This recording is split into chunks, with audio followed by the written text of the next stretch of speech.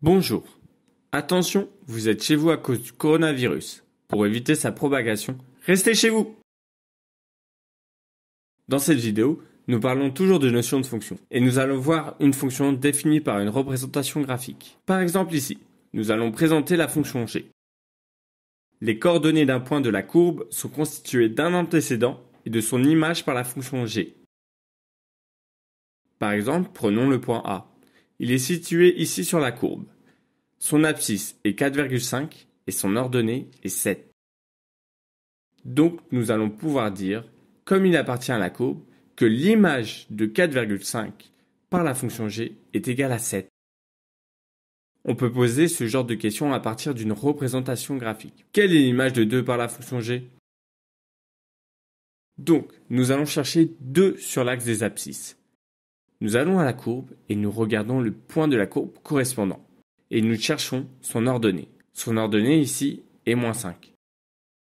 Donc, nous allons pouvoir dire que nous avons lu graphiquement que l'image de 2 par la fonction g est -5. Ce qui se note, g de 2 est -5. On peut aussi nous demander quels sont le ou les antécédents d'un nombre par la fonction g, ici du nombre 6.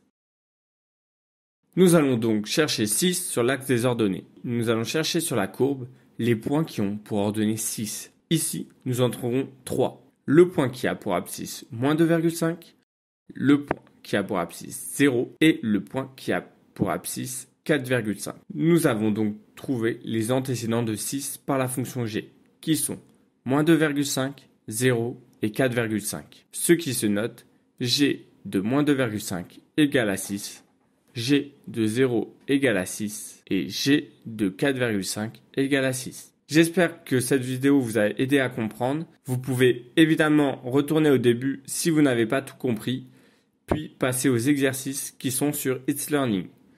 Je vous souhaite une bonne journée. À demain.